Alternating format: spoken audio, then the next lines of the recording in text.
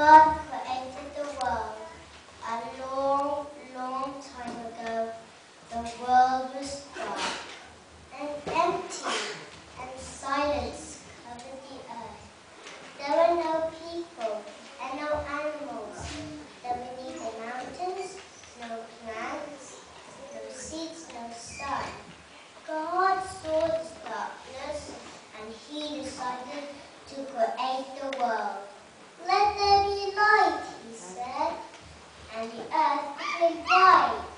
The light was warm and beautiful, and God was pleased.